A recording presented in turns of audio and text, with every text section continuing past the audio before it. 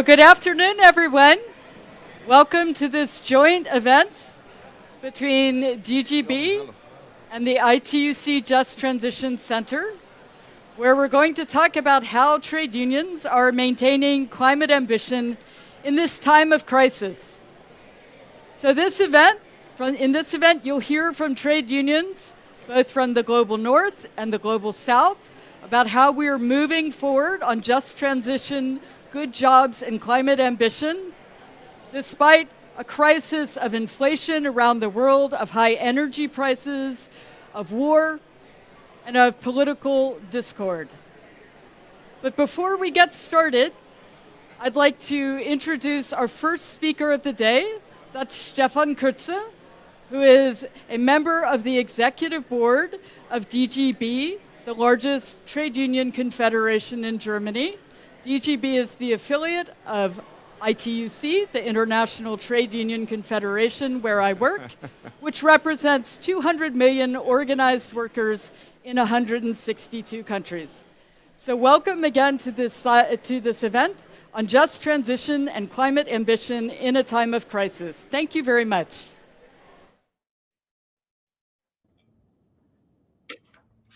Stefan, the floor is yours. Ja, meine Damen und Herren, Ladies and liebe gentlemen, Kolleginnen und Kollegen, liebe dear Sven, colleagues, lieber dear Staatssekretär Sam, Jochen Flassbart, dear State Secretary Jochen Flassbart, ein Side-Event des Deutschen very happy to welcome you at DGB side Ich event möchte mich auf diesem here. Weg And recht herzlich dafür bedanken, from here, I dass want to das say Auswärtige Amt und das Entwicklungsministerium thank you very much that uns the den Foreign Raum zur Office Verfügung of stellen, Germany and dieses also Side-Event auch entsprechend the Ministry for Economic Cooperation and Development has given us this Der room. internationale Austausch im The Rahmen international solcher Side-Events ist change uns persönlich during these sehr side events wichtig, is weil extremely es important fruchtbar ist to und einen us großen Mehrwert in der because Klimadebatte it gives a lot of added Wir value als deutscher on how to Gewerkschaftsbund work. bringen uns We gerne as mit a unseren German Erfahrungen Federation of in die Unions, Debatte ein we would und very wollen much aber auch love von anderen lernen. take part in the debate with our Angesichts input des and our russischen experience, and we want to Angriffskriegs auf hear die from Ukraine others. findet die Klimakonferenz We're looking in at einer außergewöhnlichen the war Situation of statt. the attack of Vertrauen in internationale Russia Abkommen against und Ukraine. We have a Kooperationen special erodiert. atmosphere. Eine We enorme have Unsicherheit macht eroding sich bei Beschäftigten cooperation und and Unternehmen breit. also in many Die branches Auswirkungen of dieses Krieges business, beschränken sich there's a nicht lot of auf worry. einzelne Länder, Because the sondern effects sie of this war bedrohen are not gleichzeitig limited überall to die certain Energie- und die countries. Basically, Lebensmittelsicherheit. everywhere Und energy wir prices wissen go alle, up die and Versorgungsketten foodstuff sind prices go gestört, up. die We all Preise know supply explodieren chains have been zulasten der disrupted, prices are vulnerabelsten Gruppen. exploding, and the most Die vulnerable, the multiplen poorest Krisen, households, die bear the multiplen brunt of these Kluft effects. vertieft And the die- gap between den rich and Abstand zwischen poor, Arm und Reich. Reiche going, werden reicher, Arme werden rich ärmer. people get Das richer, Vermögen der poor 10 people reichsten get Männer der poorer. Welt ist seit Beginn der The fortune of Pandemie the um das 10 Doppelte richest people, angewachsen. men of the world, Massiv has gestiegene doubled since the Energiepreise start of a belasten vor allem pandemic. die Haushalte, Energy die prices that kleine have massively Einkommen been haben oder raised, mittlere Einkommen haben. especially Und die Verbraucherpreise sind nicht nur in are Europa, bad sondern for weltweit auf small einem and Rekord. medium income people, and record prices, Transformation consumer darf prices Ungleichheit also are unserer bad for Meinung nach everybody. nicht befeuern. Die So we ökologische believe that Frage ist transformation zwingend auch does eine soziale not und eine need ökonomische Frage. to make the Auch disparity between people Unternehmen werden even enorm bigger. durch den The Preisanstieg im Moment ecological belastet. question Produktion needs und to be also a Beschäftigung social and an gerät economic unter Druck. question. So Wir kämpfen darum, dass Deutschland ein the Industrieland enterprises bleibt. are very much In impacted Kernbranchen by sollten the die growing Grundlagen für prices, nachhaltige production and Investitionen employment in is all under pressure. Transformation und So damit natürlich sustainable auch in den investments Klimaschutz. into transformation and in Geplante climate protection are Investitionen, being wichtige impacted. Investitionen in die Zukunft werden Right auf now, Eis gelegt planned und investment damit is put on ice, and natürlich there auch die was sustainable nachhaltige modernization Modernisierung der and Standorte also und the der Standorte. preservation of industrial sites. Kurzfristige Now, Krisenmaßnahmen versperren den Blick auf short-sighted measures against the crises Transformation. do block our vision Wir for wollen the needed sozialökologische long-term Transformation als transformation. We want Gewerkschaft social aktiv economic gestalten, transformation damit sie and allen take part und nicht nur actively wenigen as Wir unions. wollen So ein it nachhaltiges added Geschäftsmodell, value das for auf everybody, guter not Arbeit only mit the few. We want a sustainable model of economic that is based on good work and on companies that take part in negotiations and in decisions. So in the bargaining for pay, we need long-term perspectives, we need sustainable modernization, and we need in the focus the development of employment. To just continue as before will in the long term bring much higher cost. Climate change already shows its extreme destructive power. In Germany, as well as in the rest of the world and in Europe, this was the warmest summer since starting records. So we need a just transformation as a basis for added value creation, to have sustainable welfare and reaching our climate goal. Transformation and crisis do not contradict each other. They can be a solution in order to reduce our dependency on fossil fuels, in order to enable people to take part more in democracy and in economy. We need resilient structures of economy to have a just distribution. And the cost of this transformation needs to be justly distributed in order to have more exchange. And strong shoulders need to carry more than weak ones. That means we also need to have higher taxes for big capital. But also the difference, the gap between the global north and the global south needs to be addressed. Important sign for us is that this climate conference, the COP27, is taking part in Egypt as a host country, which is part of the global south. The economically weakest countries, the most vulnerable populations, do feel the impact of climate change the most. At the same time, they lack financial resources for adaptation measures, like building dikes, to have management systems for water, protection of catastrophes. So the material damages, these poorer countries lack resources and also to catch up in their economic development, to catch up to the industrialized nations. Therefore, to fastly implement financial promises that industrial nations have made to the global south, we have to make them more consistent and also higher. Only in this way, the adaptation to climate change and also economic development can be supported in the sense of just transition. And also the criteria for just transition needs to be protected and enforced in international agreements of all sorts. So the Just Energy Transition Partnership with South Africa is an example for this, how it can be done on the union side, DGB. We have common agreements with our colleagues in South Africa, and we discussed with that the implementation locally is still not transparent enough and not inclusive enough. We are with COSATU on an intense. So we want that South African, we hope that South African unions can actively take part in the negotiations and the implementation. We need in negotiations where how to want to implement measures, you need the participation of unions, and at the same time, we need to have financing, good work, and social protection, because transformation needs to offer social progress for everybody, not regarding where they live. We are in solidarity, standing with a strong union family in the whole world. I'm very happy now to listen to your contribution, dear Jochen. I'm very happy you're here. And then I'm looking forward to an interesting discussion with our colleagues from COSATU, from LO Norway, and CUT Brazilian. Thank you. Glück auf. Thank you so much, Stefan. And now I'd like to introduce Joachim Flasport, who is the State Secretary at BMZ, the Ministry for Economic Development and Cooperation. Joachim, the floor is yours.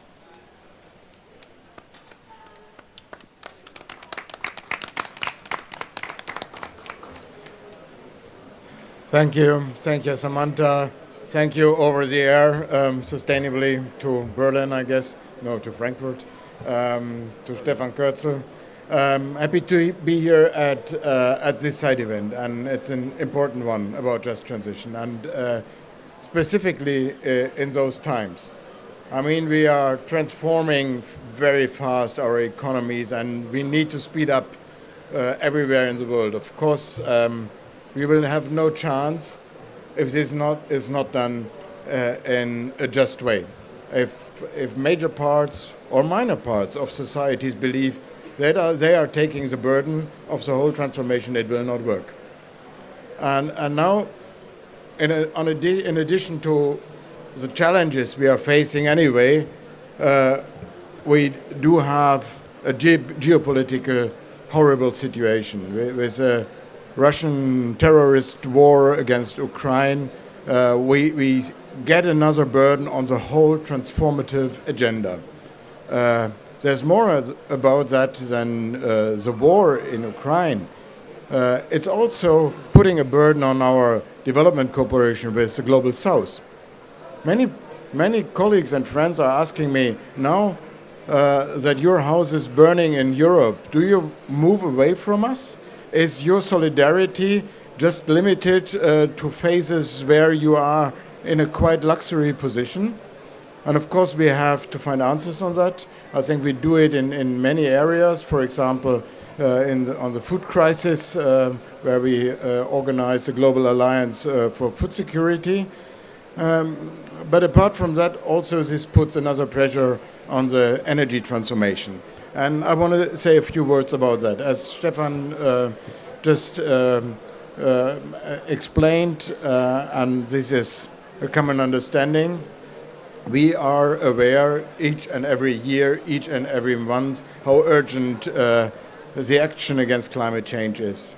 We saw the flooding in Pakistan. Last year it was next to our doors in Germany. It has been in South Africa, in China, in Turkey. So I think only idiots cannot understand how urgent it is to act. So there are some parts who has to act. Number one is still, of course, the old so-called industrialized countries, and we do so. And I know, and let me just say a word on that some colleagues and partners in the world are also looking at Germany. What are you doing there? You were some kind of champion for climate change, but now you're traveling around to find new fossil resources. To be honest, the contrary is the case. We have never been so ambitious on climate change mitigation than at the moment. This government decided to shorten the period of coal use in Germany. We had decided to phase out the latest by 2038, maybe 2035. Now we will do it by 2030. And we will do it. I think with the way how we organize it, to discuss it and to involve the trade unions, the workers in the region was the right way to do it. It was not without pain, but we did it, and this will stay.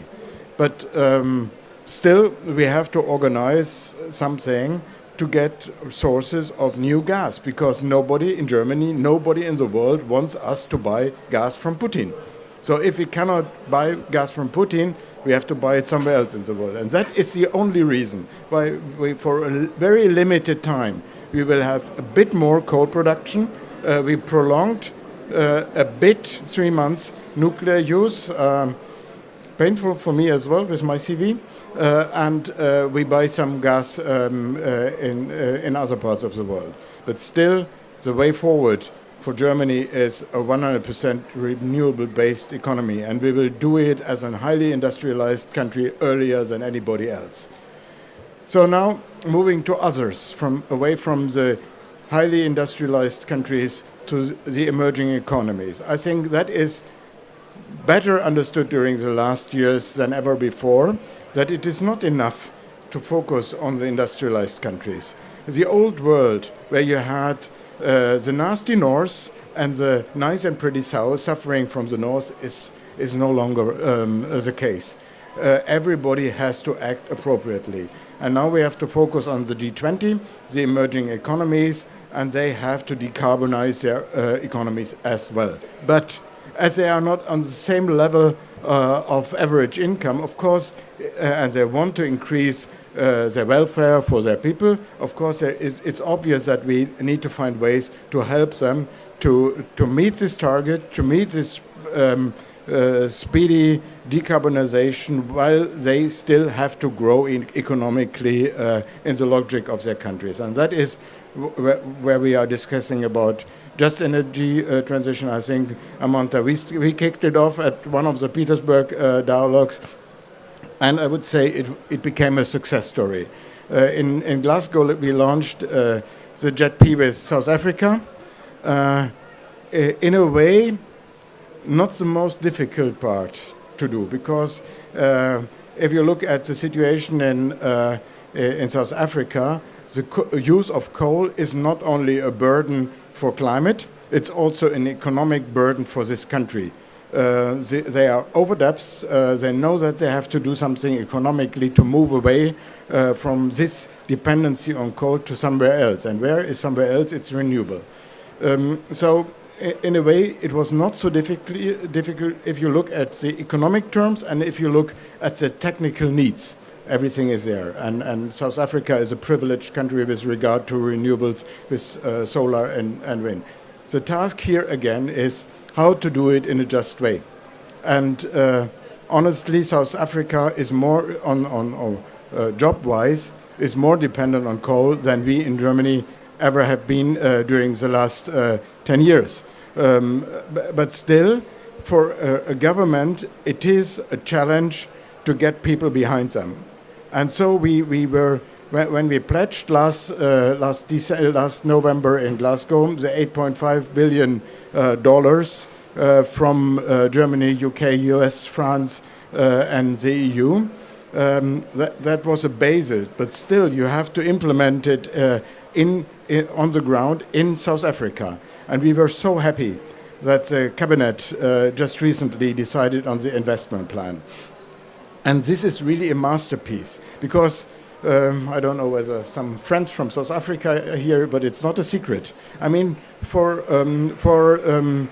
Ramaphosa, it might have been much easier to decide to postpone the decision on the investment plan for the JET-P nationally, internally.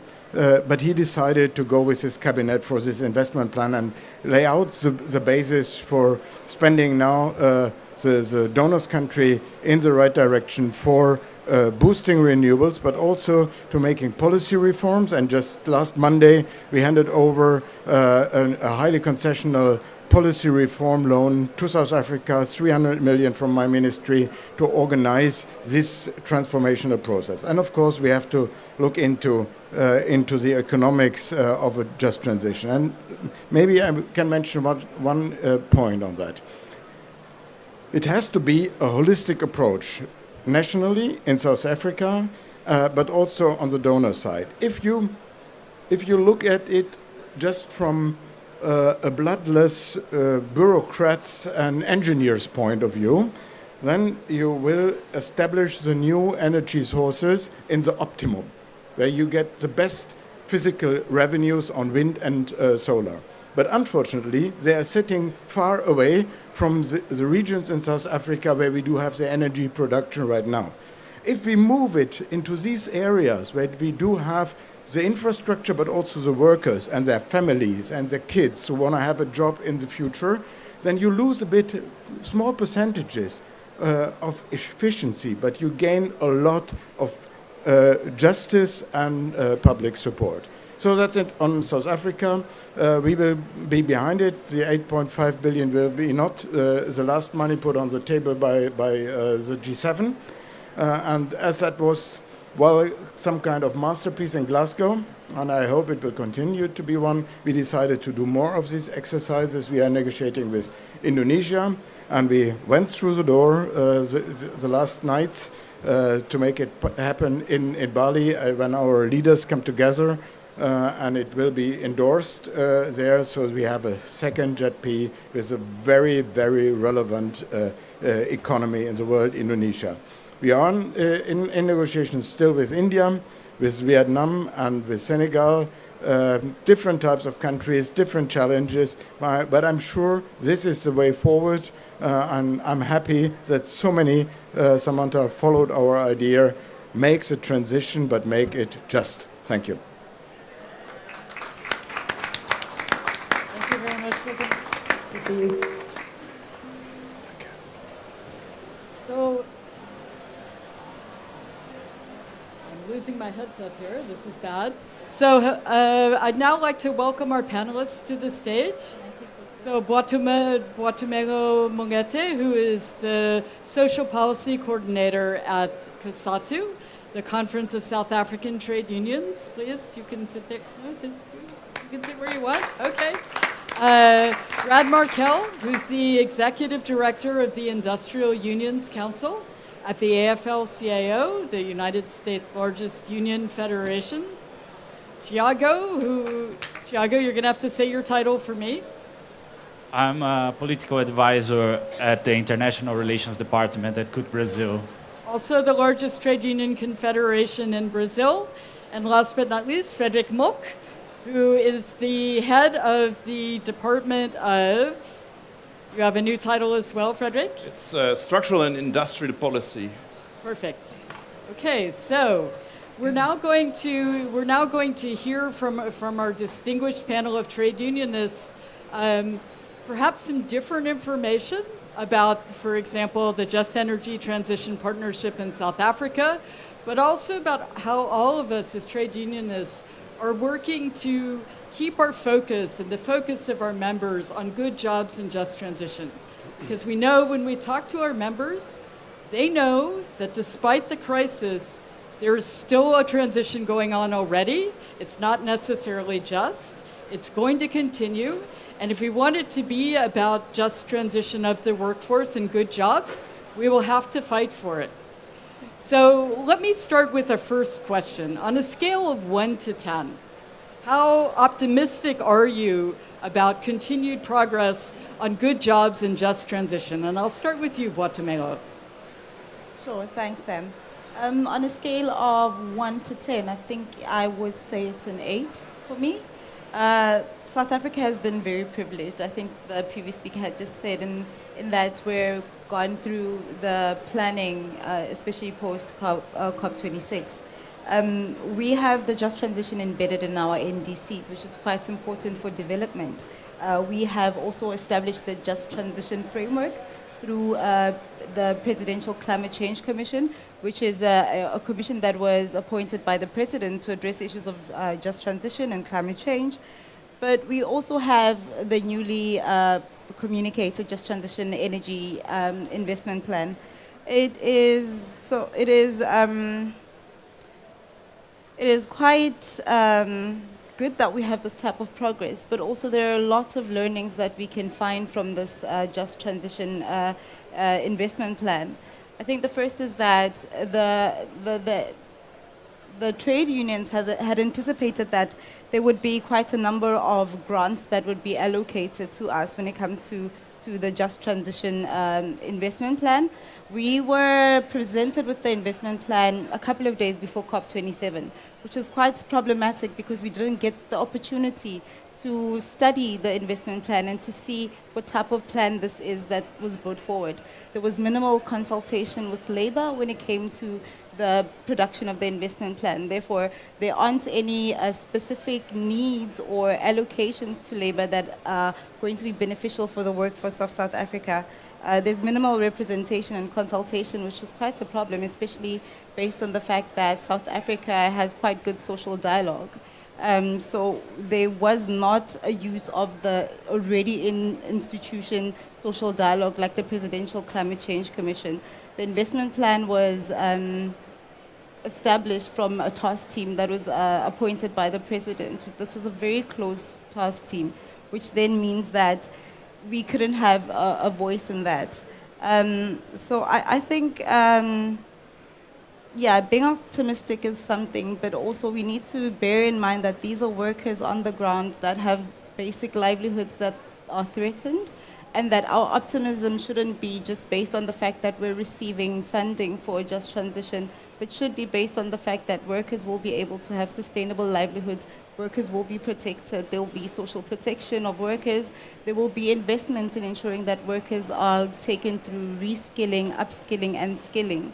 There should be some form of means in which workers are able to be guaranteed that they will have their jobs and that they will not be left outside of this just transition that is coming to them. It's the only manner in which we'd be able to sell the idea to workers and make it something that workers are not afraid of, but something that workers foresee as a possible future for themselves. So yeah, that would be basically what I say in terms of how we can build an ambition, is that we need to embed in the Just Transition partnerships principles that are important to workers, that include empowering workers to be able to be key participants in the Just Transition, so that they're able to also not be left to just destitute. When we speak about coal-intensive societies like the Mpumalanga region, it's going to be important that communities and workers in Mpumalanga region are not left outside of the Just Transition, and actually knowing what the Just Transition is. Worker education is quite important in ensuring that ambition is built and workers are able to understand what it is that we're trying to establish through the Just Transition. Thank you, Boitumelo. So this is a little different from what the State Secretary said, but it's very similar to what you said, Stefan. It's really important as trade unions that we are part of the negotiation of the plan and also of its implementation, and there are definitely some gaps here. So I hope we'll get the chance here at the climate negotiations for our South African Union comrades to speak to State Secretary Vlasbart and some of his colleagues who are here, to express our concerns about the way things have unfolded, and also to give our proposals for how to get it back on track. Because we want this to happen, but we want it to happen in a way where workers are involved in social dialogue and where it's leading to good jobs and social protection for workers and also for the communities of which workers are a part. Okay, Brad, so on a scale of 1 to 10, how optimistic are you about progress on good jobs and just transition, climate ambition in the United States right now? Boy, I feel pretty good about the climate ambition part, so I'm going to give that like an 8. But on the good jobs and just transition, the highest I could go is 5.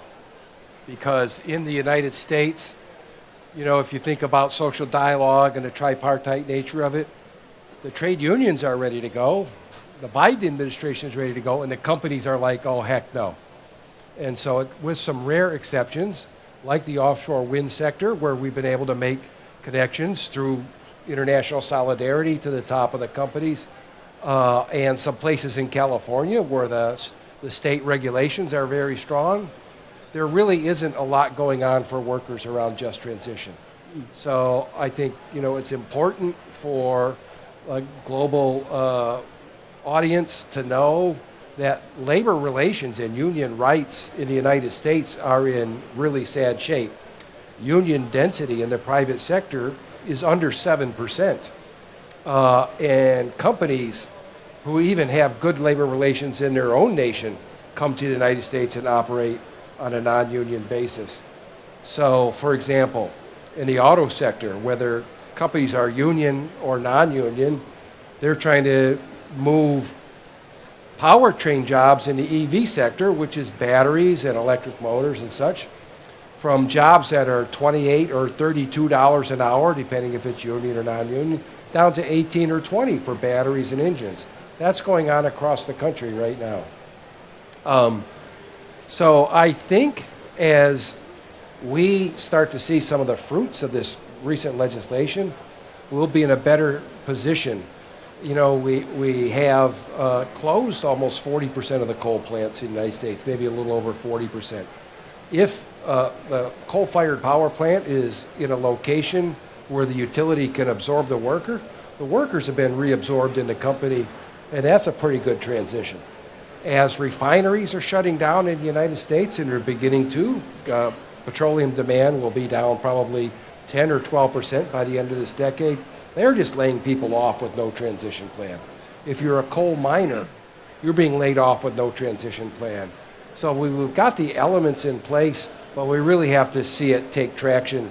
I think that has been the biggest piece of what Joe Biden has done as president, is really connecting the need for union jobs with climate change.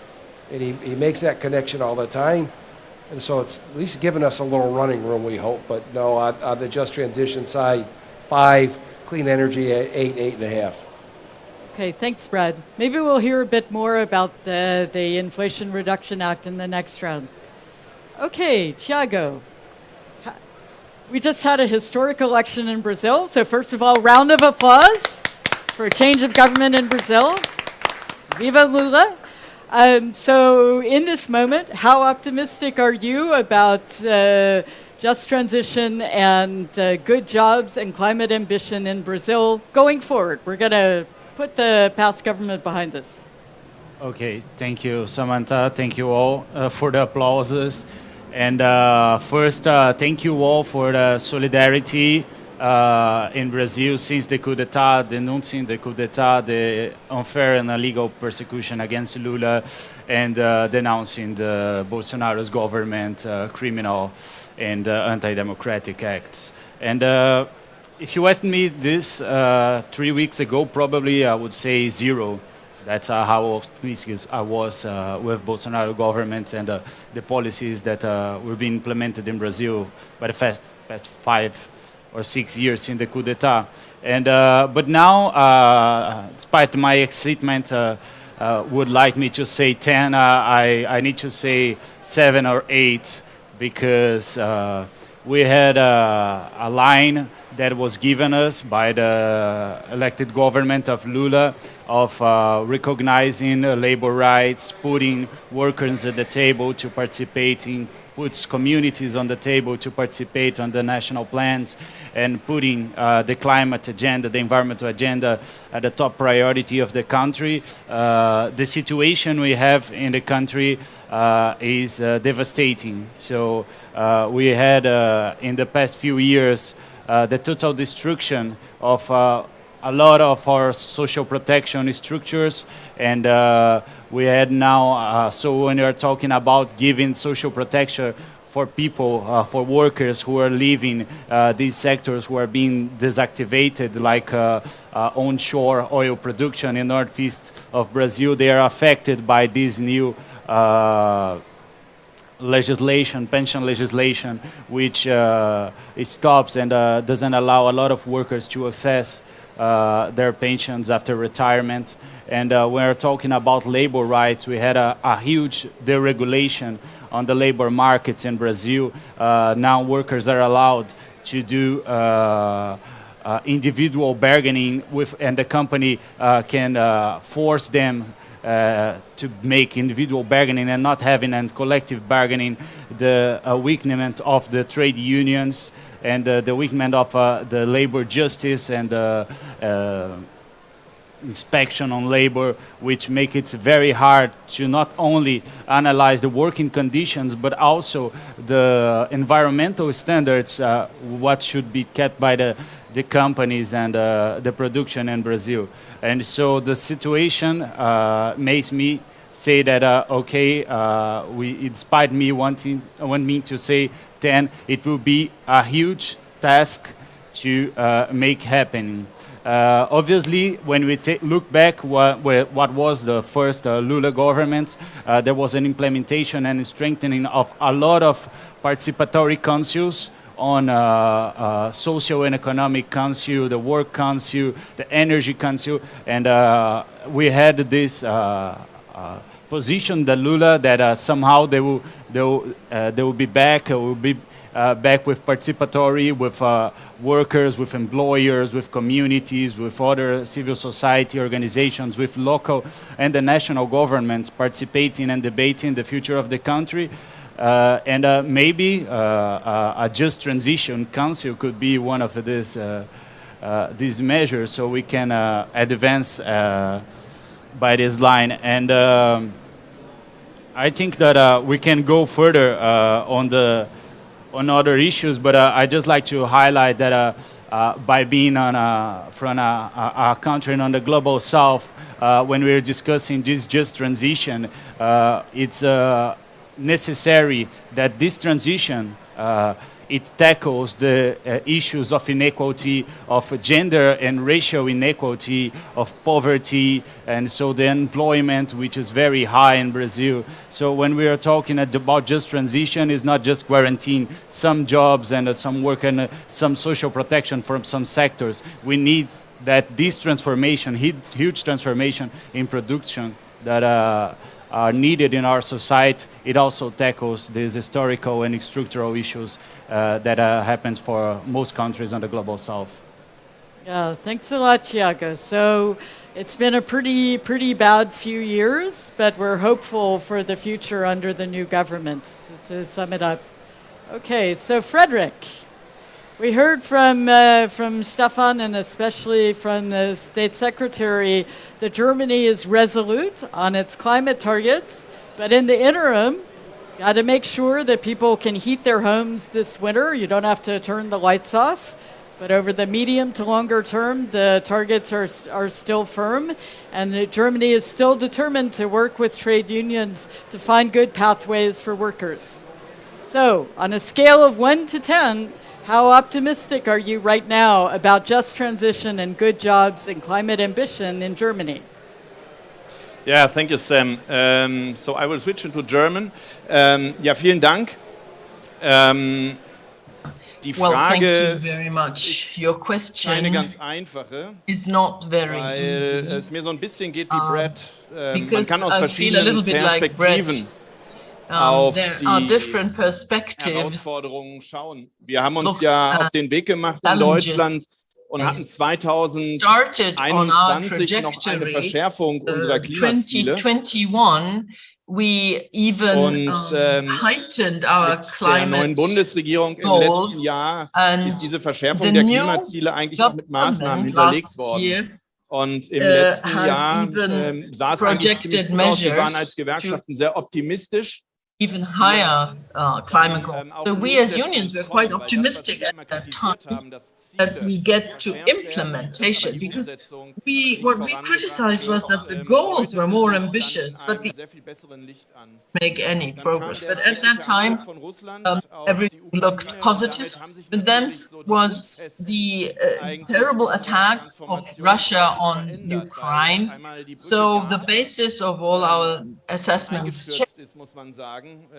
The whole building State Secretary Flassbart planning hat es gesagt, dass wir collapsed. The ja, State jetzt in Secretary Deutschland auch stärker wieder kurzfristig auf die Kohle setzen in müssen. the short term, Wir we importieren jetzt forced to Gas use more auch aus anderen Quellen, gas wo man from zumindest other Fragezeichen sources auch machen kann, was die where you can Umweltverträglichkeit dieses put some Gaseinsatzes question marks whether Wir haben this natürlich is einen good sehr for the großen environment. finanziellen Impact And also we aufgrund have a dieser very high financial neuen impact due Situation to der this new Energieversorgung. situation Und in uns macht energy es natürlich supplies. Sorgen, weil wir sehen, dass And das so we are quite einerseits worried because on the one hand side, we belastet. that Es individual ist, households are für feeling gerade kleine front Einkommen, of für this, mittlere especially Einkommen for eine small and starke medium. Belastung der Haushaltseinkommen. Es ist gut, Lot of dass die pressure Bundesregierung there. auch Entlastungspakete in It's good that the federal government is also auch zur Umsetzung taking bringt. several Wir werden eine packages Gaspreis- und eine of relief. Strompreisbremse kriegen. There will Forderungen, be die noch vor einem Jahr vollkommen break absurd to gewesen wären, wenn wir sie the als Gewerkschaft electricity prices and for energy prices on the whole.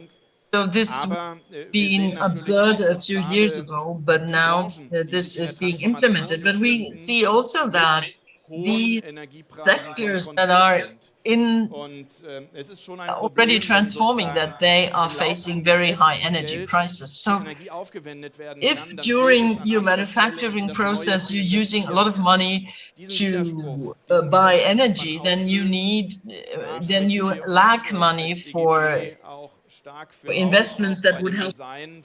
So we as DGB, we try to emphasize that these packages of relief packages for the population, that only to go back to fossil fuels is not a solution. Of course, in the short term, we might need them so we have enough gas, but this has to be our climate goals. So a last remark, if you allow.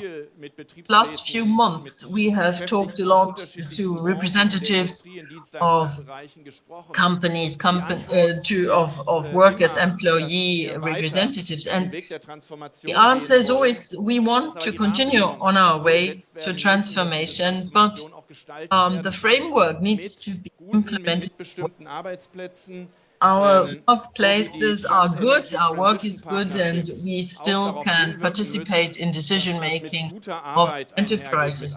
So the just transformation, the just transformation needs this kind of participation. And I must say, I see a lot of work is still needed to be done. Also, what we are negotiating, our government negotiating these partnerships with other countries, in the way that in those countries you are implementing just transformation, then also, like let's say in the US, but also in our country, it needs to be done in a just way. So it's a good sign that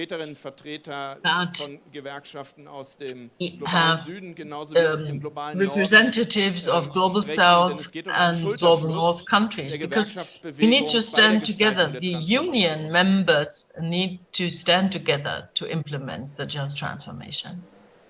Thank you so much, Frederick. And also just to say, for those of you who aren't trade union members, you should join a union. You're going to need it at some point.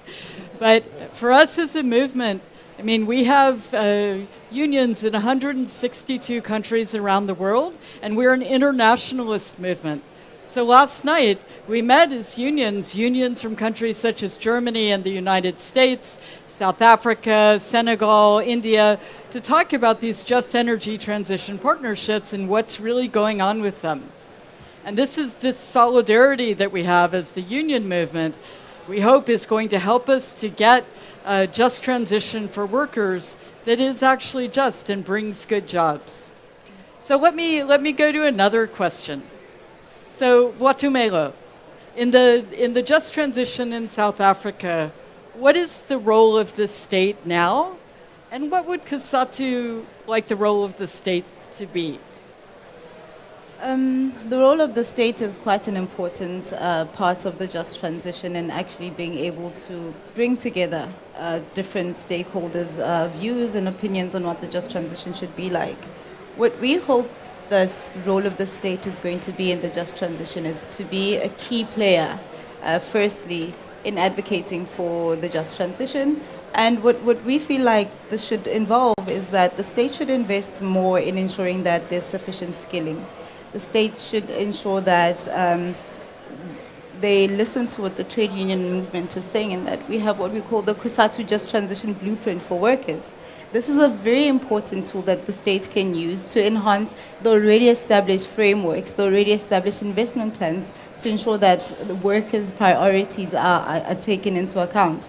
We speak about the importance of localizing and manufacturing renewable energy, which should be public and not privatized in any way. Privatization is a huge problem to the trade union movement, and we're absolutely against it, and would not like to see, especially our main power utility, ESCOM, privatized when it comes to the rollout of IPPs, perhaps in the just transition.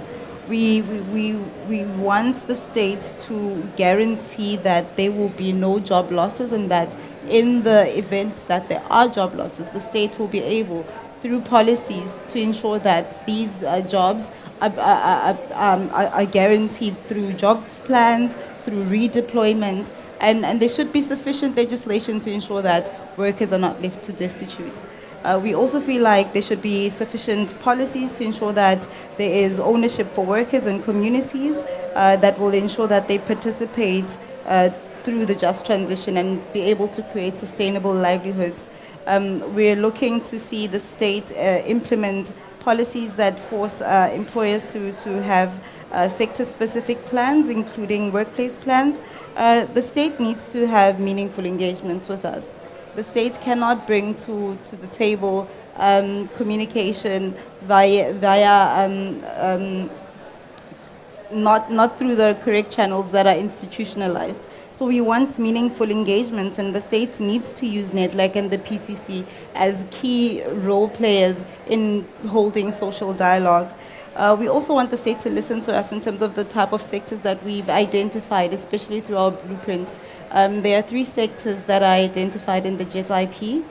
These are transports, but the manner in which transport is spoken of in the JET IP is really about rolling out of electric vehicles, whereas that is not something that organized labor or South Africa in its entirety really require.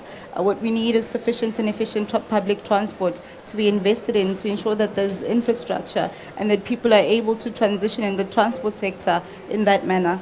We also feel like the state should also focus rather on manufacturing, so that we ensure that the rollout of solar panels would ensure localization through employing local people, but also purchasing the key components of these solar panels in South Africa to ensure that there's a value chain that's created there. We want the state to also invest in agriculture and invest in land reform and land redistribution. Land redistribution in South Africa is going to be important to implement the just transition and to ensure that there's sustainable livelihoods there. We also feel like the state must address food insecurity and energy poverty and not just roll out the infrastructure of electricity, but ensure that people have affordable electricity, have reliable electricity and energy. Not enough, not like I had indicated earlier, not enough is being said by the state about jobs and jobs guarantee. So we need that to be explicit in the plans of the state, to be explicit in the manner in which, to be explicit and actually meaningful in the manner in which the state presented. So yeah, we need more of the states to speak to labor with regards to what it is that we need. We want sustainable livelihoods, we want decent jobs, we want social protection, and also to ensure that certainly no worker is left behind in the just transition. The just in the transition is actually just, and not just a manner in which we try to lure people in or greenwashing the terminology of the just transition. No, thank you, Boitumelo. And for those of you who aren't familiar with South Africa, unemployment is currently over 40%. Every job is precious. And so it's really important that this transition actually doesn't destroy jobs, but even creates more jobs, and that they are good jobs, that people get skills and training. Rad.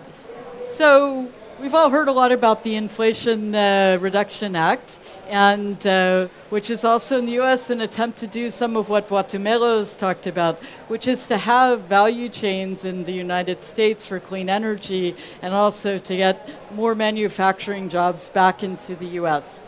So what has been the role of the Biden administration in promoting good jobs for workers in clean energy or in lower emissions activities?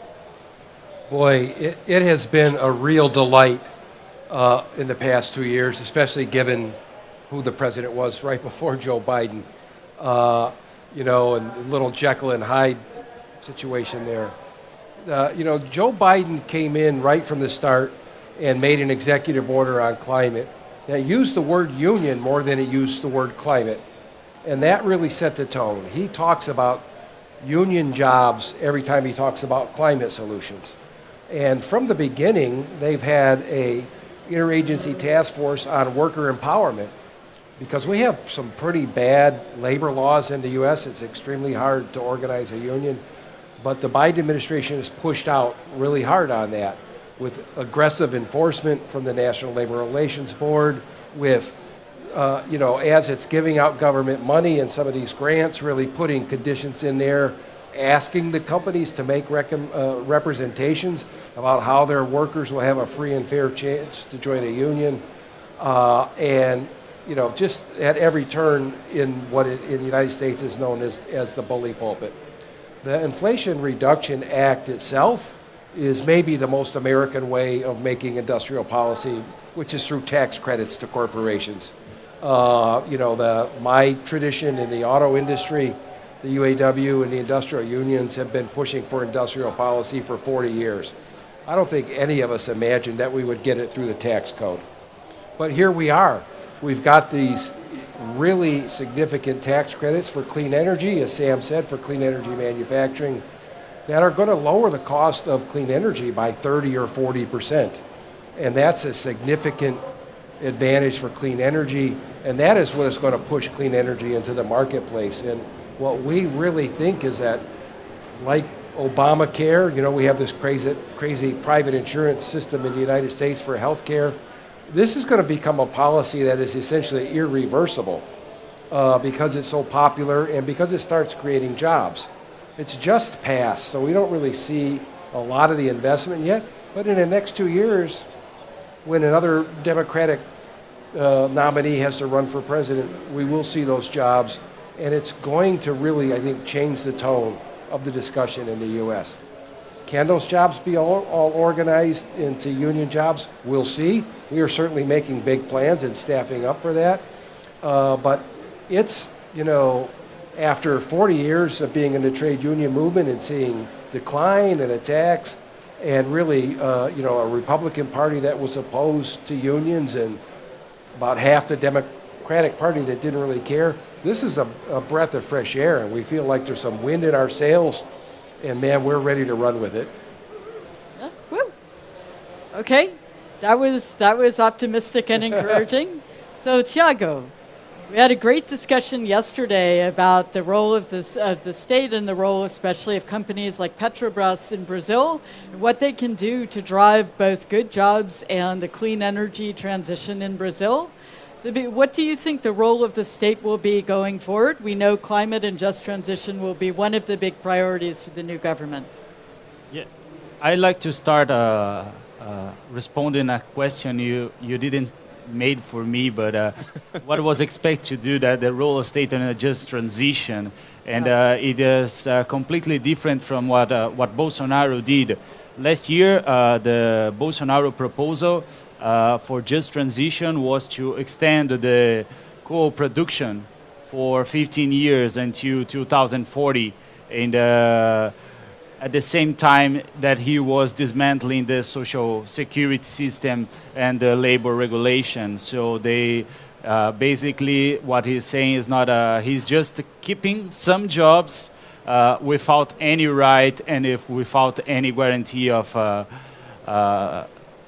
retirement rights for these workers, and obviously without any mention to any climate or environmental agenda. And what we expect is a very positive climate agenda and energy, clean energy, and with the generation of good jobs, with unionized jobs, as Brad said. And I think that it's very important to guarantee the role of the state in a democratic state, in a participatory state, and for us from the Global South, which guarantees a development model for the country, for the people, and it means in a way financing it. So we need a progressive fiscal system which can give the states the capacity to make investments, to guarantee social security, social protection for people, to guarantee the inspection of labor, the inspection of environmental rules and standards, and normative regulation which can guide not only the investments but also the maintenance and the observance of labor and human rights, and also environmental rights. And as we talked yesterday, I like to highlight this in two examples. Until some years ago, Brazil still have, there's the National Bank of Development, it's BNDES, and it was the main provider of investments in the wind power. By the coup in 2016, they stopped main line of investment in the wind power in Brazil in 2017.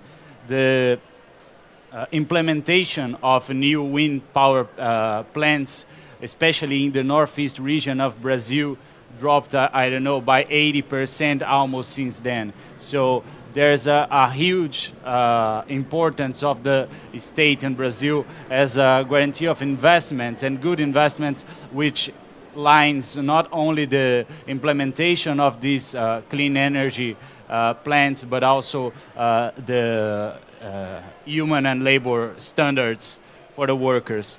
And the second one is Petrobras. Petrobras is one of the biggest oil companies of the world. It's the national oil company of Brazil.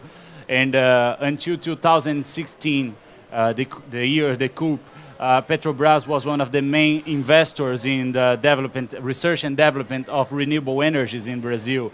It had a subsidiary called it's P-Bio. It's a subsidiary of Petrobras in research, development, and production of biofuels, which leads Brazil to the position of the biggest producer of biofuel by sugarcane in the world.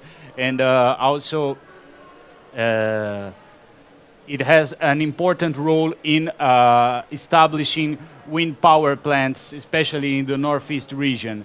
And all stopped because then the states start to see Petrobras as a company that just had to look for the maximum short-term profits and not a national company who obviously should be economic sustainable, but should helps to guarantee a development for the country and for the people of the country.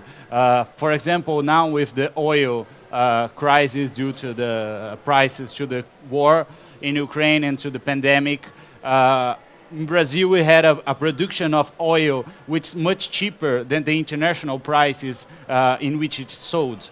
But despite of it, to guarantee the profit for the investors of Petrobras, which is a mixed company, the state holds the majority of the company, but it has some private investors. To guarantee the profit of these investors, it kept the price, which is sold the oil for people in Brazil at the international price, which obviously isn't comfortable with the income in Brazil right now, and which could be much lower due to the cost of production we have in Brazil. And what we expect is Petrobras to have an important role, as it already had in the past, as guiding development and research and investment in renewable energy. A member of our oil workers union in Brazil of Petrobras is here in COP. They released a statement just a few days ago in which they embrace this proposition. So the oil workers understand that this transition is happening and then support it. And they want this to have a policy which guarantees the quality job for those works, the rights, and also a sustainable development and a climate-friendly agenda for the country. So, I think that other thing that is important to say, and the role of the state is in guaranteeing that these jobs that are created doesn't follow the path we're seeing in Brazil with the privatization of some subsidiaries and some parts of Petrobras, and what's going on with the jobs that are being created in wind and solar power in Brazil, with mostly of them has a lower quality, has no collective bargaining, has very precarious works in a lot of cases for these workers. And so that's why we want to see the state presence guaranteeing the investments and the observation to the rights of these workers. So thanks, Thiago. And for those of you who aren't familiar with some of the issues around privatization of state-owned companies, there's a ton of research that shows that when that happens, people lose their jobs and those jobs don't come back. And also that the quality of jobs in state-owned enterprises tends to be better than it is in the private sector. And lastly, that unfortunately in some of these new renewable energy companies, the quality of the jobs is not always great either. Now it's up to us as trade unions to get in there and organize them and make them do the right thing. But that's easier when it's in an entity where we already have collective bargaining relationships. Right? So this is a huge issue for our movement when it comes to the energy transition. It's not to try to sort of take down the structures that we have, where we have good collective agreements and good jobs, but instead to transform those structures so they're producing renewable energy. Frederick, so you told us a little bit about the role of the state in Germany right now in this crisis with supports for poor and working class people to pay electricity bills. But what do you see the role of your government being going forward in getting good jobs and just transition and climate ambition?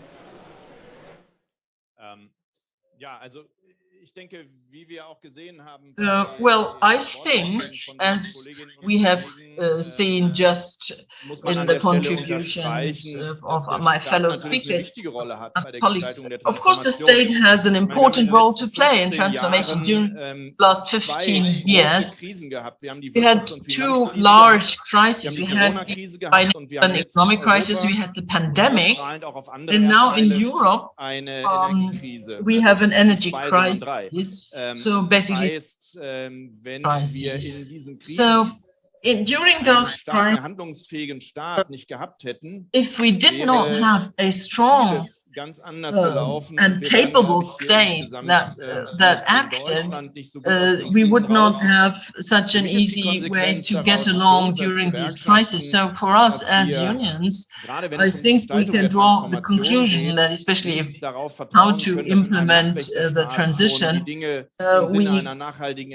we don't need a state that's leaning back and not taking part.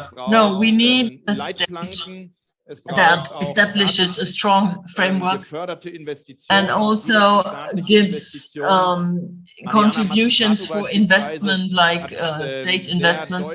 Mariana Fatih-Kapfenbach, she said the state can help a lot with furthering innovations, to have a state industrial policy, so some technologies can reach a breakthrough in order to help us do the transformation. Because what we need in the future is good social and economic development. We have seen today our colleagues from South Africa and Brazil, they pointed out to us that there is a necessity in their societies for development to have a proper sustainable working places, jobs. So we cannot rely on the financial markets to realize that. We need a strong framework from the side of the state, and state actors need relations. State Secretary Flassbert said, I want to agree with them, with a large transformation project, which is stopping, leaving coal, stopping the use of coal. This project was something where the state had a very important role as a moderator of the process between the different stakeholders, but also by implementing measures that would guarantee people in the plants and in the mines, so their occupation, their employment could be guaranteed, and also that in those regions locally helped along and invested in the development of new sectors, of new.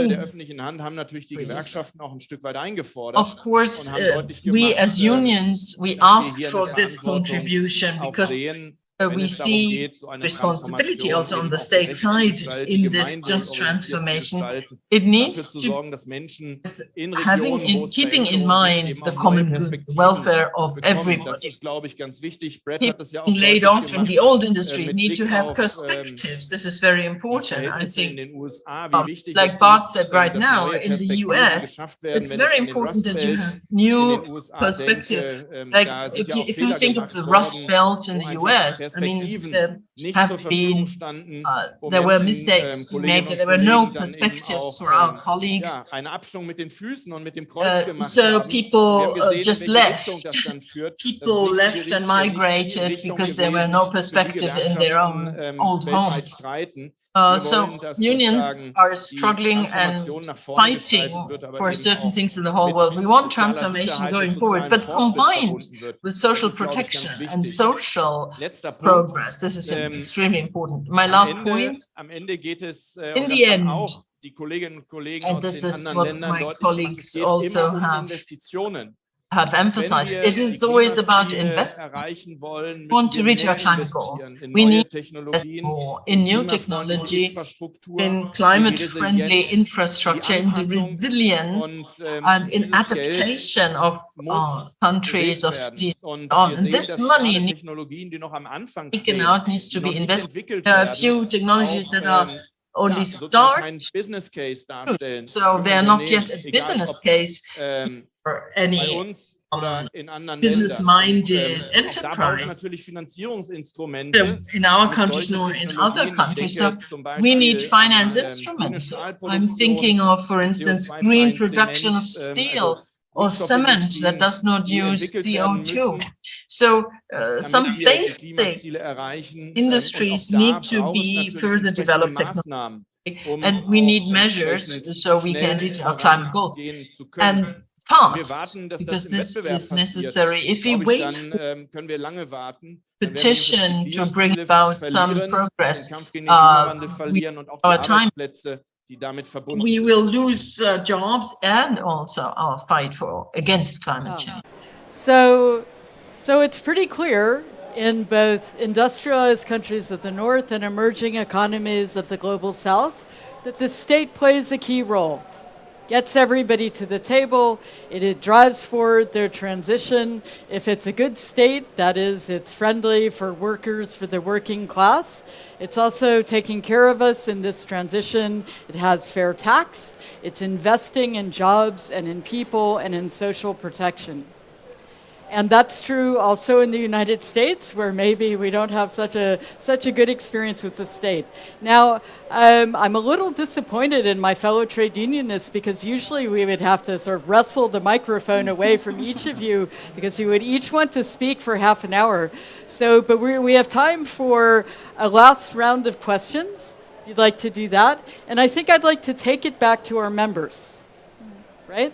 Because that's why we're here. We're here for our members, and we're here for people who should be our members, but just haven't gotten it together to join a union yet, or they're in a country where their government is preventing them from joining unions, right? So we're here for our members, and we want to know a little bit, tell people a little bit more about how do our members feel about this energy transition, especially in this time of crisis. And just to say that for those of you from Europe, if you think inflation is only a thing in Europe, inflation is a huge issue for South Africans.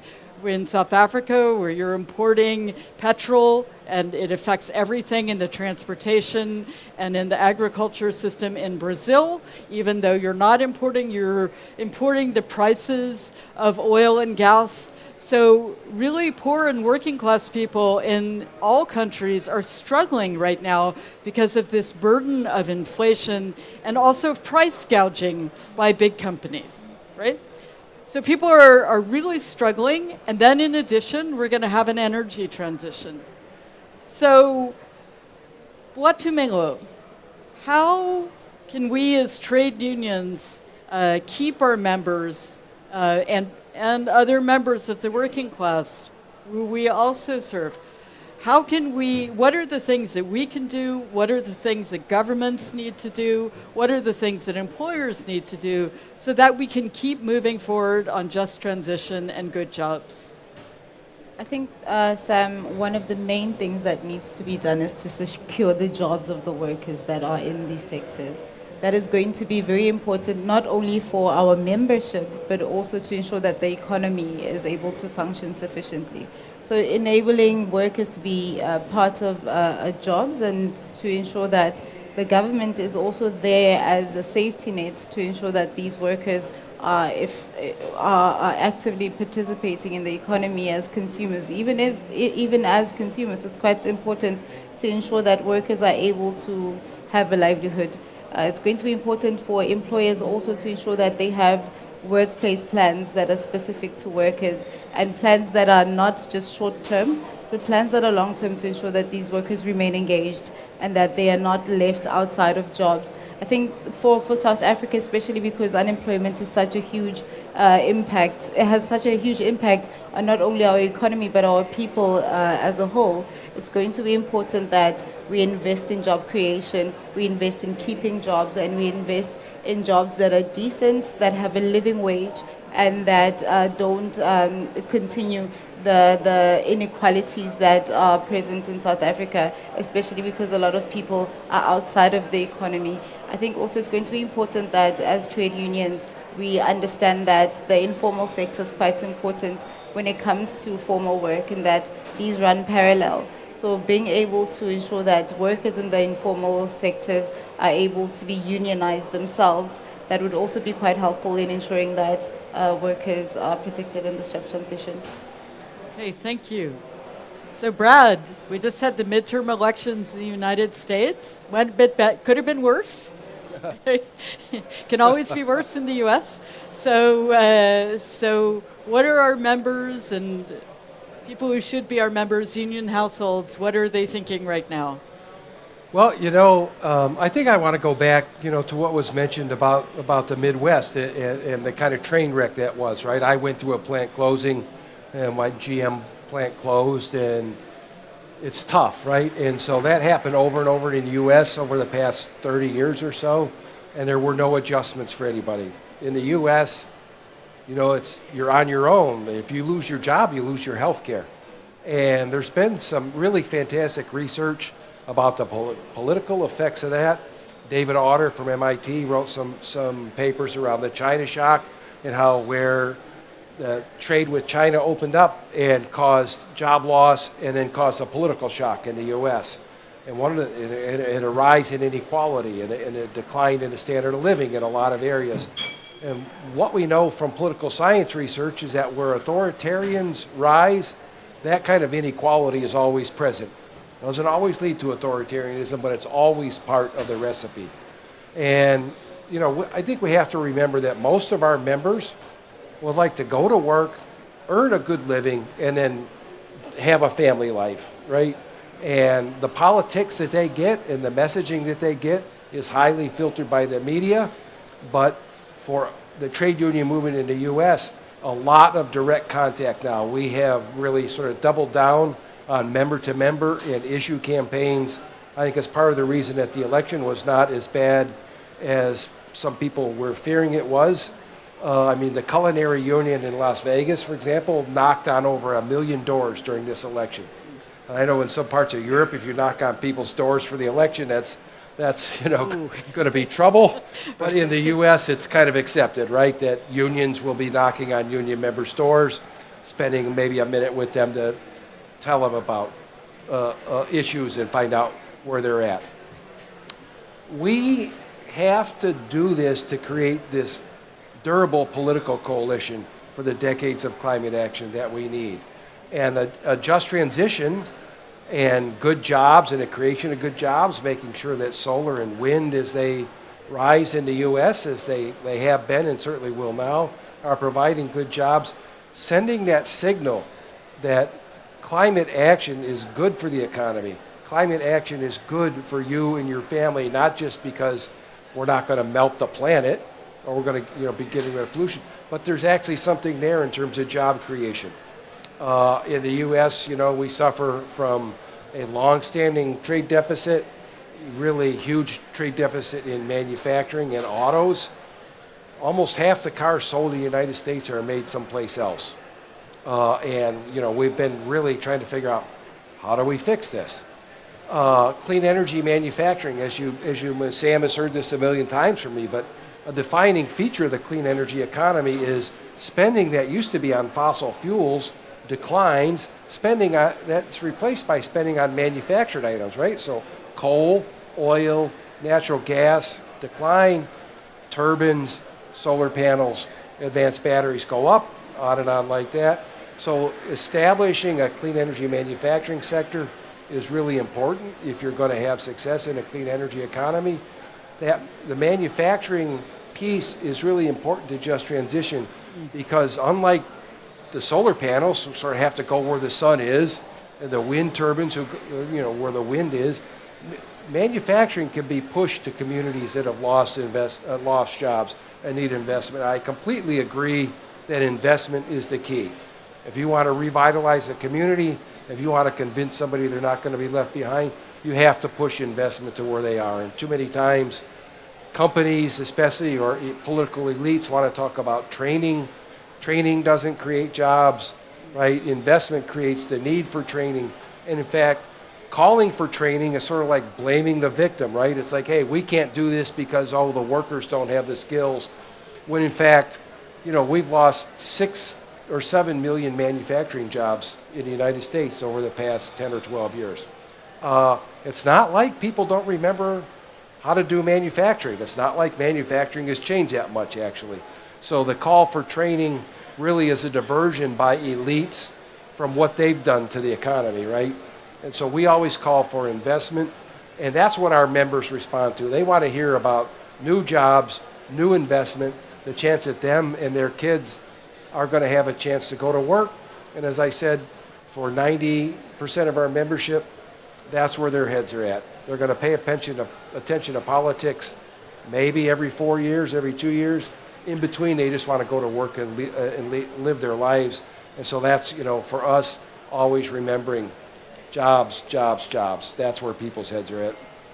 Yeah. Well, so I'm hearing some common threads here.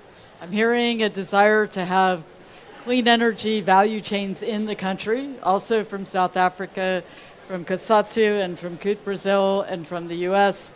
I'm hearing a lot about manufacturing. South Africa has also lost millions of manufacturing jobs.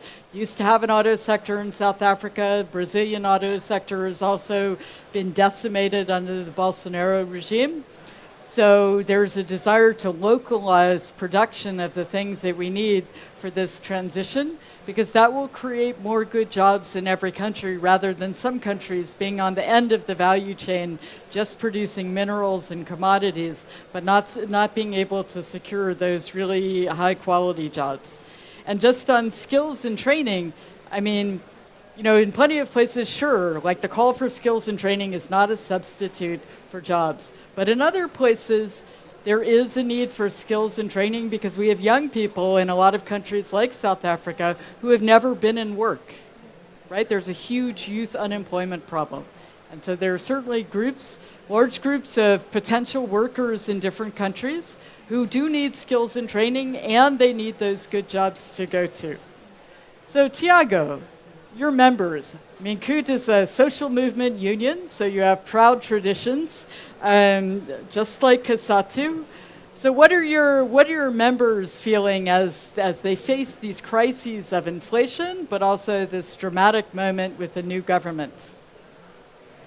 Yeah, it's working yet. I think that obviously we suffered a lot with the pandemic and the inflation under an anti-democratic government which attacked people, communities, unions, social movements, and other civil society organizations. And I think that one issue that is important to address is that the transition is already, we already said it before, and it's important to keep it saying that the transition is already happening, and the matter is that without the participation of trade unions, with anti-democratic government, this transition will never be just. And that's what we saw in Brazil. So, for example, and how our union members, they mobilize from different sectors on this issue. Petrobras is one of the main responsibles for investments in science, health, and education in Brazil. So when you retire this capacity of Petrobras of making investments, you took this money, these investments from education and from health, and so the wages, the capacity, the quality of jobs on health and education. So a lot of workers on our members of our unions on sectors that are not directly related to energy support and participate on this process of the importance of Petrobras as a national energy company in which the states pushes these investments. And for example, we had a lot of union members on the family agriculture in Brazil. And when we don't have this regulation on this transition, what we are seeing in a lot of places in Northeast is that these wind power plants, they are implemented in a lot of regions of family agriculture, and they had a huge impact, especially on women. And this impacts these workers from family agriculture and impacts the prices on food. And in a moment where we are suffering from hunger, we had more than 30 million Brazilian people who doesn't have, who couldn't eat 3 times a day, have a breakfast, a lunch, and a dinner. They had to choose which one they'll have today. So when we have these impacts on food sovereignty, so we can mobilize sectors of our unions, of our workers that aren't necessarily directly affected by this energy transition, but they are at a huge, and not just talking about the prices, the inflation, but there are a lot of impacts on investments, on the regulation of the process, and that's why I think that despite we suffered a lot by this government, it was a moment where we could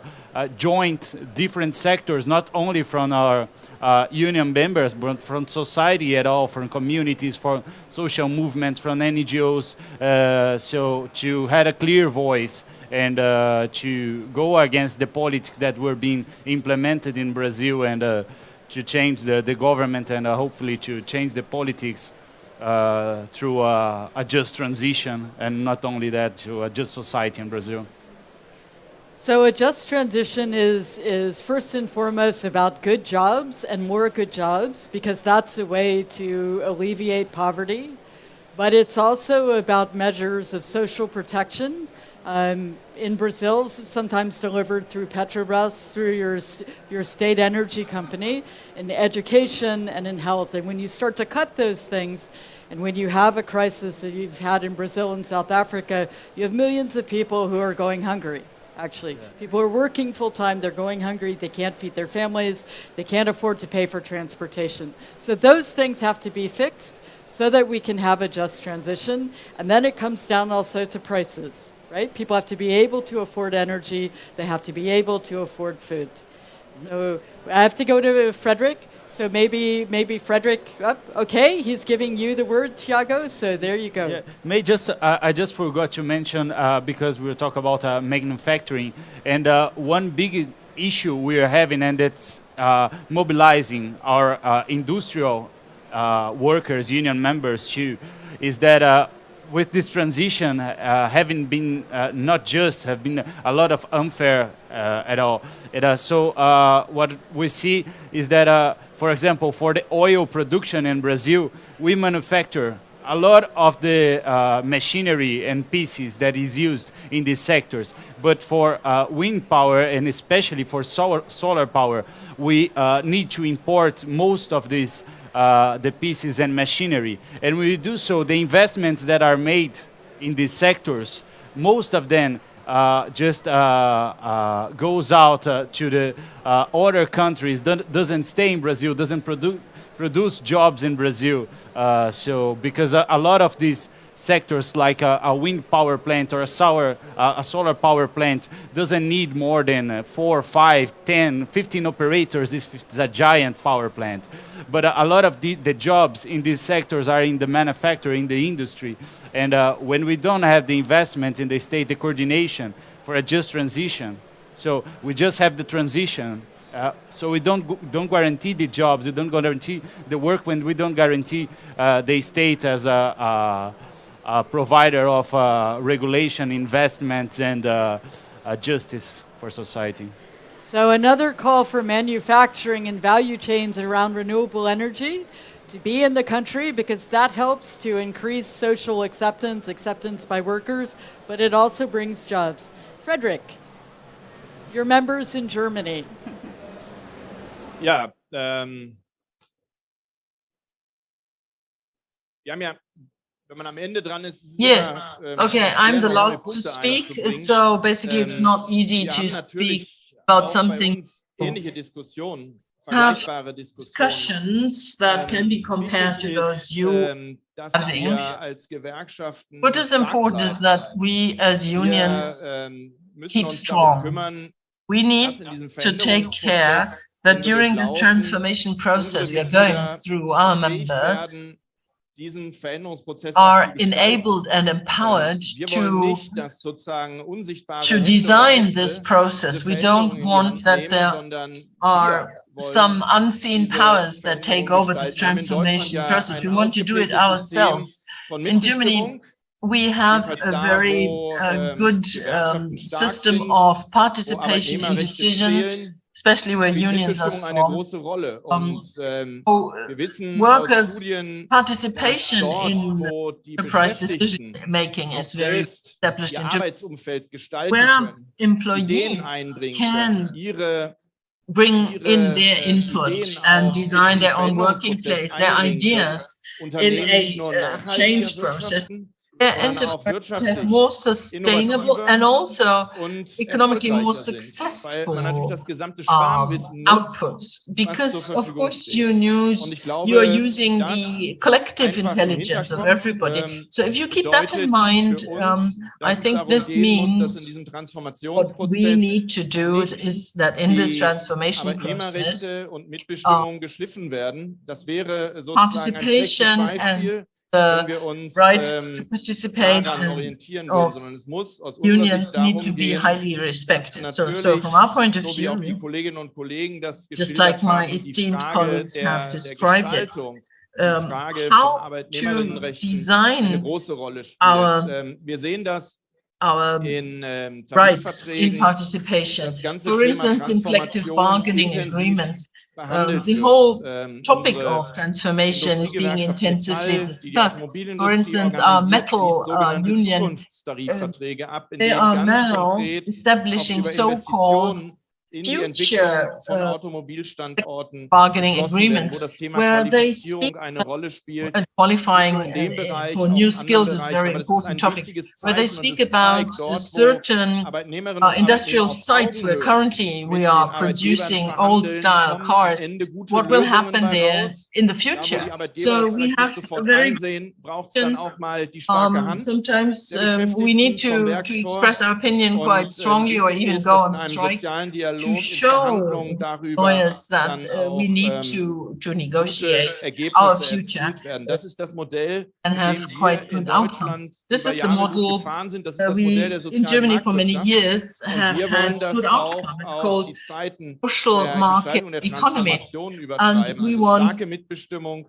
that also Tarifverträge als in Basis dafür, dass just unsere transformation. Beschäftigten So auch we in diesem have collective bargaining Veränderungsprozess agreement and we have dabei participation sein decision-making können und process. ihn So gerne this is the mitgehen und auch basis selbst in die Hand nehmen. Die Frage von where they are Qualifizierung ist auch empowered and angesprochen worden. Jetzt läuft qualifying die Zeit and weg. skills Da kann training. man I natürlich know noch my time's stundenlang up. drüber Of course, I sprechen. can Das ist speak auch about ein this ganz topic wichtiges for hours. Thema. It is very Kann man jetzt, important. können wir jetzt in der Kürze der Zeit nicht mehr drauf So, eingehen. Aber due to lack of time, I cannot go into it more deeply. But strong workers' rights, which are human rights, are the basis of achieving success, only in our country, but also in these other countries that have been represented today, and also all the other countries that are not represented in this panel, because we didn't have that many seats. Invite everybody from the union side. So thank you very much, Frederick, and I hope this has given every one of you of what just transition means for us as a movement, not only in the North, also in the South, and also what it means in this moment of crisis. We are united as trade unions to get a just transition for every single worker, including our members. Thank you. Appreciate your time.